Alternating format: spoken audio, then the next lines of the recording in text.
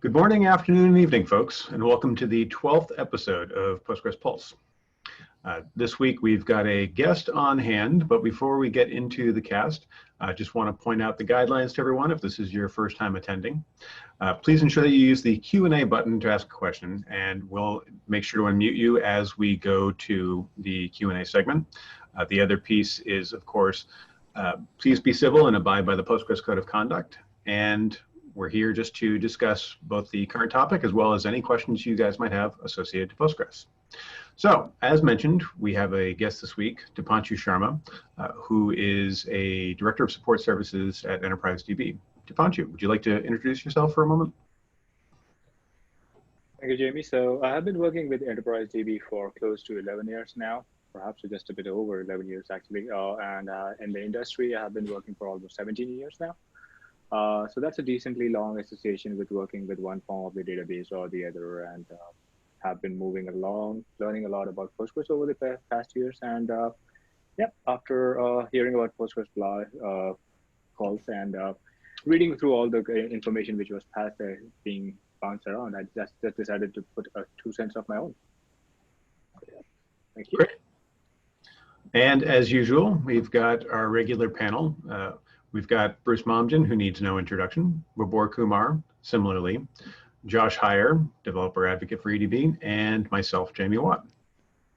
So this week's subject is centered around maintenance and whether or not maintenance is sufficient in and of itself when you're approaching either a Postgres solution that you're inheriting or when you're going about designing one to implement. So in a nutshell, a lot of the content that was put together by Deepanshu is based off of the experiences that he's seen over his course of time at EDB. And the TLDR respect of it is that we focus a lot of time on maintenance and problems, but a static set of maintenance actions isn't necessarily a story or a formula for success when you're going about ensuring that you have both a design that is resilient to change, but also a design that is efficient and performant over time. Deepanshu, I don't want to steal your thunder, so if you want to give us kind of a high level of the blog that you've put together that we've got coming out in the next week or so, take it away. Thanks, Jamie. So over the period of time of working with Postgres, one of the key things which I realized that maintenance had been a big part of a lot of conversations which we would have been having with the customers in the past, where the questions really used to smack up in the face, like, my performance is going down. What are the things which I need to do to maintain the performance levels which I need at all given point in time? When we used to get down to the nitty-gritty of the things, we started figuring out as like, maybe they should be looking much closer at what exactly they are trying to maintain and understand, and then put the appropriate tasks which are actually required to maintain them. Because the fine balance which is there between what you should maintain or maintenance, is maintenance really actually helping or just masking the list of problems which you're already having?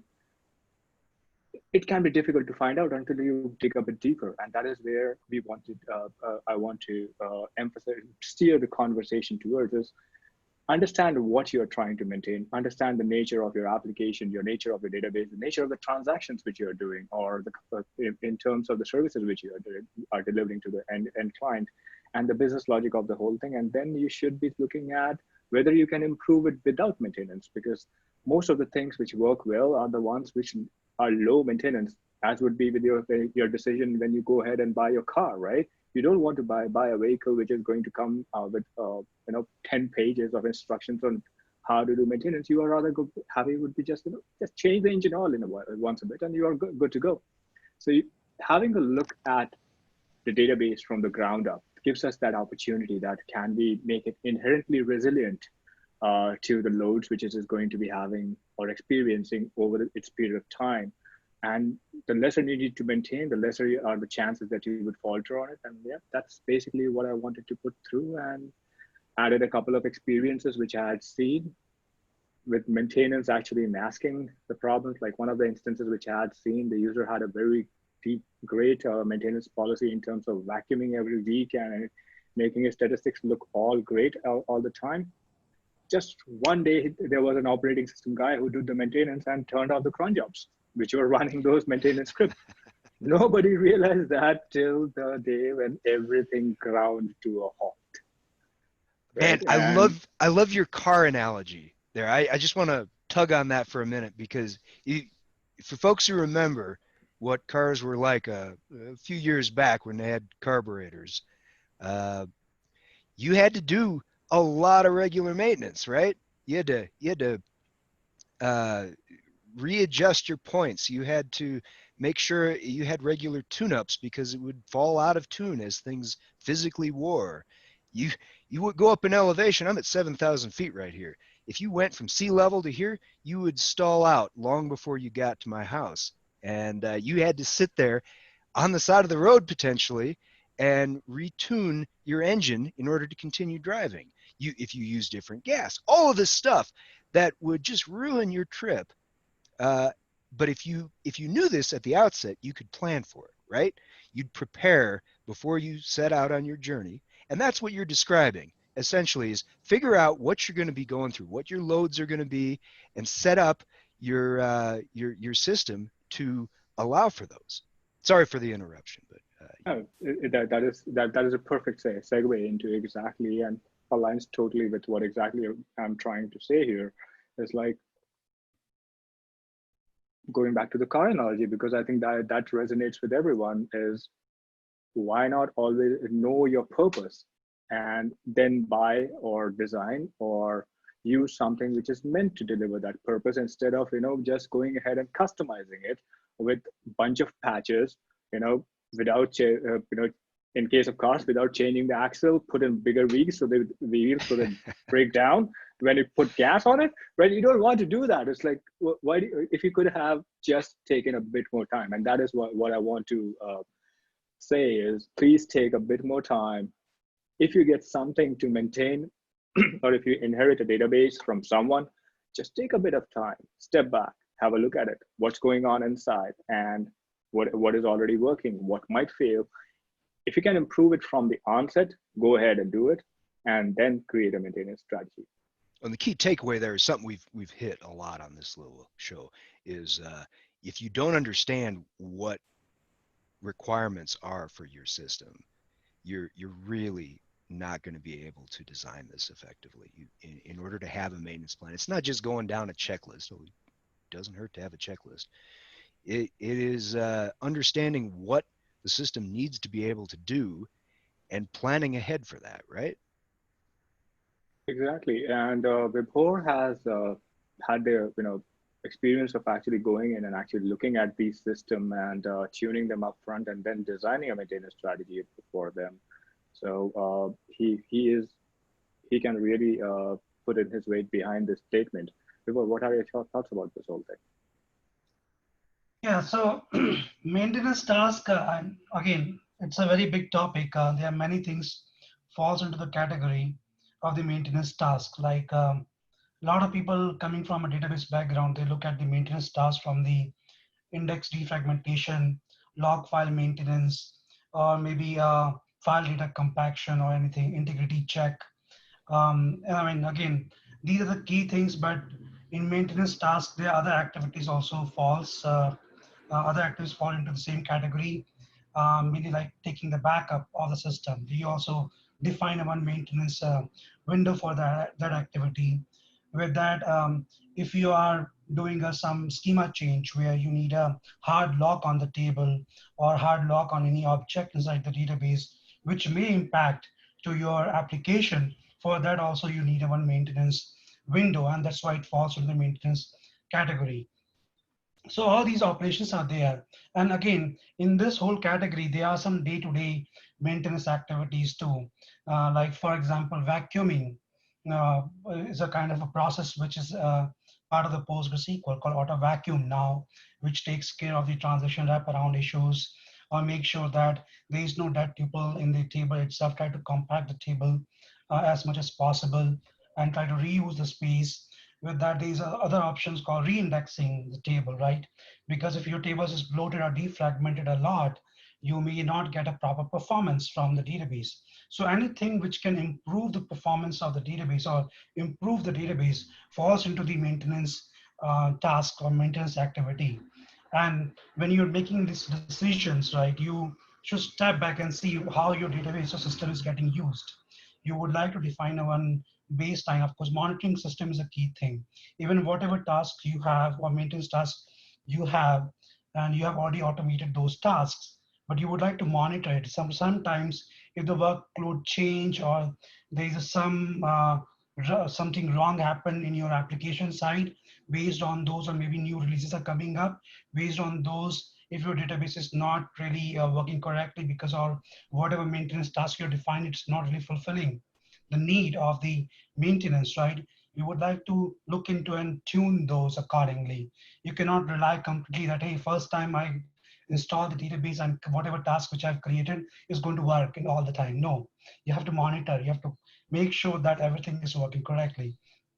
and and that's why, again, from automation perspective, user actually write their own maintenance scripts and tools, and community also working towards that. They are adding new capabilities into the Postgres versions. So if you are moving from low version to higher version, you would like to review all your maintenance tasks and scripts and accordingly tune it so that it can work correctly with the latest version. Like for example, in Postgres 12, we have reindex concurrently. We have more capability around monitoring all these maintenance activities. Like for example, vacuuming operation. You can check the progress of the vacuum, which wasn't there, right? Because you did not have the visibility exactly how fast the vacuum is moving or whether it's working or not working. You were able to see only that vacuum process is running. But this new capability where you can see the progress of these maintenance activities is a big thing. Now you can look into those progress and make a decision whether you want to abort it or try to do something different on a system.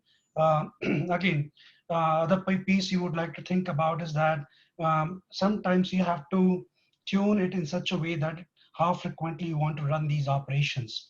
There are some capabilities inside the Postgres, but you would also like to see how you can support that activity using your own special process. Like for example, if you have a table which are getting a lot of update, inserts, delete, right? Those will always be busy with the internal auto vacuum workers or processes, right? But you have other tables too, which you would like to take care of. Or maybe what you're doing, you're writing a script or a job which can take care of that. Or maybe you're tweaking the parameters inside the Postgres so that it can take care itself. So Now, all these things are there. Yeah. sorry, go ahead, Deepanshu. I just wanted to use Vibhor's another explanation about tuning your their parameters based on the system usage and how the people go about using, how the loads are there, which tables are getting used more and which are getting less. And this is a very, this is one of those traps, which I like to call, where the users tend to tune their systems or make their systems according to the worst case scenario, right? So for example, if we are talking about auto vacuum, and if there is a table which is getting a lot of load, so they will set a very aggressive auto vacuum strategy, but it is only good for that table. What happens to the other ones, right? So you have to find a balance, and that is where understanding what exactly is your architecture, like, that understanding becomes really, really important. Monitoring is great, very important to know exactly what is happening. Testing is important. Understanding that, as Vibhor put in very nicely, is like newer features come in every day. How are they useful to you? Are they useful to you at all or not? And again, resilience of a database should not be dependent upon how well you maintain it. Resilience of your database should be inherent in the character or in the design in which it was made, right? So that you can, even if you get into a situation where you would be needing to take some drastic, do some drastic downtime and an outage or something, you just have to do it for a specific number of tables or a specific number of architecture or schemas, or maybe even a very small number of temporary tables, as I like to call it, right? So that the impact on the overall business gets reduced. Inheriting the whole thing, or making sure that you have a resilient database or a resilient design from the onset, is very important. So both of you now have leaned on monitoring, and I think this deserves all this emphasis, because what you're describing is creating creating a closed loop system, one where you're able to have a holistic view of how it's performing, how it's meeting or possibly not meeting your design goals, and then adjust it in order to meet those goals or continue to meet those goals while taking that holistic view. You're not fixating on one query or one time a day, one particular load. To Yeah. go back to your car analogy, Deepanshu, uh, this is what ECUs gave us for automobiles, right? You can run in a closed loop system where sensors are constantly monitoring the factors affecting your engine and adjusting the inputs in order to allow it to continue to run efficiently. And Yes. in terms of a database system, well, that's human in the loop to a degree. You have a DBA, somebody monitoring how the is performing and stepping in to tweak based on their expertise and what they know of the design goals. But ideally, it is still a closed loop system. It is one in which the performance of the system is constantly being maintained based on current conditions. Right. And based on current conditions relative to whatever version you're on, but also what database technology you're on, right? So when you're coming from perhaps a different context, ensuring that when you're looking at your Postgres implementation, you're not just saying, oh, okay, well, this apple is the same as this apple. And Bruce, I think you had done a blog on that in the recent past, as far as whether or not your new database should have the same strategy or an approach as your old database. I wonder what your thoughts are around that. Yeah, that's what I've seen a lot. I go to a lot of customers and they're like, well, I need the ability to monitor X, or I need the ability to tune Y. And I'm like, well, why? And I'm like, well, with Informix, blah, blah, blah, blah, blah, blah. Well, and I'm like, well, I understand that, but I can't fix Informix's problems in Postgres. We don't have that issue. So I can't like add something that does something that we don't have a problem with. One of the biggest problems I think, and Deepanshu also kind of jumped on it in terms of monitoring, and is sort of, well, is it, is sort of a history guy. What when you're making changes to the system, when you're configuring, certain changes and adding maintenance stuff and whatever, a lot of times the purpose for which you did that never gets recorded.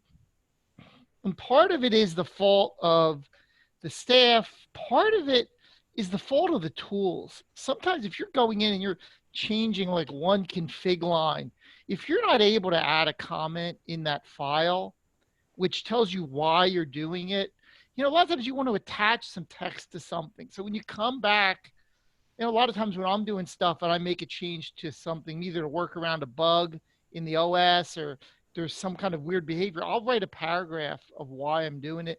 And then I'll put a little ISO date at the end, right? So I know why I did it and I know the date that I did it.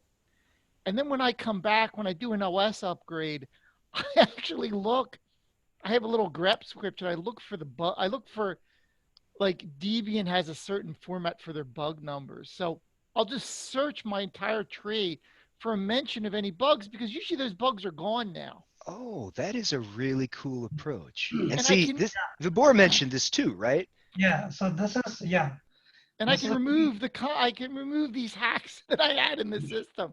But if you don't have that kind of history and you don't have a paragraph of why you did it, then it becomes this mystical, this is the boogeyman fix, and nobody remembers why it was done. It's And cargo some cult tools, eventually, right? You're yeah, just doing stuff exactly. because you've always done it. Some tools I think do it really well, like PostgreSQL. It's a flat file. So you can literally go in and you can write a paragraph as long as you want with a little hashtag at the beginning, and all the bash scripts I do that with, and all the source code stuff I do that. But sometimes, like if I'm in like a GUI, okay, and I want to change the GUI on my access point, I want to change one of the wireless settings, I have no way of documenting why I'm making that change. So I have to go somewhere else, and hopefully I go the same place all the time, to say, here's the document for that particular device and I have a README for that device of all the changes I made and why I made them and the date I made them. So I have a central place to go when I do an upgrade or I have to reconfigure the device. Sometimes I'll have to just wipe it, and put a brand new firmware in there. I got to go back with my text file and recreate it and make sure that the bugs that I maybe were working around still exist in my new version. Man, that is a really, really good point. I'm glad you brought that. I know you know, nice visual tools can be very handy for this stuff, but Yeah, you do and lose that. yeah, And I know companies like Redgate have actually developed entire systems for like SQL Server to mitigate that thing where they will analyze changes to your database configuration, allow you to check those into source control with comments so that you don't have this situation where every configuration has been lost in time. The reason for it has been lost in time, and nobody knows why it works this way anymore, but they can't change it. yeah. I mean, this reminds me of my past experience with one of the customer, right? And they were doing the architecture health check, a service which we used to give, and I think today we also give that. So they involved us, and I was there part of the team, and was reviewing their maintenance activity and tasks, right? And there was no information about a table for which they have disabled the auto vacuum, because you cannot disable the auto vacuum at a table level. And there was no information, and I just pointed that out. I said, this is a table which are getting access a lot. Why do you have the auto vacuum process stopped or not running for this specific table? And they did not have any information on that. There was no document. There was no way to figure out exactly why did they do that in the first place. Oh And wow. again, after going back into the history, we got to know that it was done for the initial load of the table, and it should be actually switched back on Oh. so that auto vacuum process can take up, So some this sped up data import, but it, yeah. it it should, as soon as that was done, it should have been Yeah. turned So, on. and yeah, and there was no information. People were just struggling on finding out the reason. And I think this is a really key thing which Bruce pointed out. I mean, you would like to maintain some kind of version control plus some history around why you are making these changes, or why you created this maintenance tool or script or any job for the database. What was the reason or purpose behind it, right? And I think PostgreSQL is very good in that. Again, this also led to a one psychology, like if you are working on some coding on something, right, you are in that flow and you know exactly what you're doing it. But after a while, if you come back to that work, right, going back into that state in which you are writing or making the changes, it takes a while. But if you have the comment, if you have the history, it makes life easier. You come back and you can tweak it, tune it, or maybe make it more better as per the new capabilities or new features which you see in the Postgres. Yeah. Also, in the best case, when you write that paragraph, you have some kind of number. So I'll say, okay, before this, the load average would go to 12, right? Or something that I can actually measure. Or I'll have like a test script and I'll say, without this fix, if you do X, Y, Z, you'll get an error, right? Yeah. And the Oh, beauty that's of cool. that is that not only do I know why I did it, but I have a way of rechecking whether this is still necessary. Right. Now, not every example is going to have that, but for the ones I've done where there's a bug in awk or a bug in the locale of the OS or something, I can literally in my comments say, echo blah, blah, blah, grep blah, blah, blah, returns blah, blah, blah. And that's wrong. And I can go back and I can say, okay, is that case still true? It's almost And like a little unit test for your it's a little configuration of your unit script. test Yeah. that you could, I mean, technically, I guess you could run it every night. I've had some cases where where I'm afraid that it's going to go be undone. So I will actually test it on every boot, for example. Like, for example, my server, I got a bunch of magnetic drives and one SSD. So technically, I'm afraid sometimes that config file is going to get erased. So on boot, I actually do a HD parm and I make sure I just pick one of the magnetic drives and I make sure that the write cache is passed through because that's not battery backed. and it just checks every boot, and if it's wrong, then something happened, because I'm afraid config files can get erased and stuff, and it's easier to just check it. So that takes some discipline. Yeah, and it's actually a really good point. If you put that together with the monitoring discussion points that both Deepanshu and Vibhor mentioned, with monitoring, you're either going to drop some statistics or some data over time, right? Whether it be a month, 6 months, a year, whatever, or you're going to get smoothing, right? Which may drop individual points in between, the points in the series that might stick around. So in order to make sure that you really have good context for why you made a change and what the consequence of that change was, or how the system behaved before the change, you've really got to have basically a change log that maintains the output of whether it be those little unit tests or just the monitoring that was being done at that time, right? I think these two approaches are absolutely key to understanding how you have to marry not just maintenance and also understanding the baseline for a system before you develop a maintenance strategy, but also to have the history of here are the changes, here is why I've made these changes, and here's what I expect to see if any aberrations occur at this point. And then when you're going into later versions, whether it be 10, 11, 12, or 13 as it arrives, and you see all of those changes where it relates to, let's say, indexing or to auto vacuum, you can kind of start to understand and parlay forward what you expect to see, right? And then you've got to develop another baseline. So I really love the way that all of this really tails together. And it may not be that the OS is changing. It may be that maybe I have a certain fsync method that I prefer that's the fastest one. And you're creating databases all the time. So every night you kind of just grovel around and make sure every Postgres conf has the fsync method that you prefer or whatever, whatever setting that you want, because it's not just the OS that's changed, it's your own configuration. It's your own people who are changing stuff.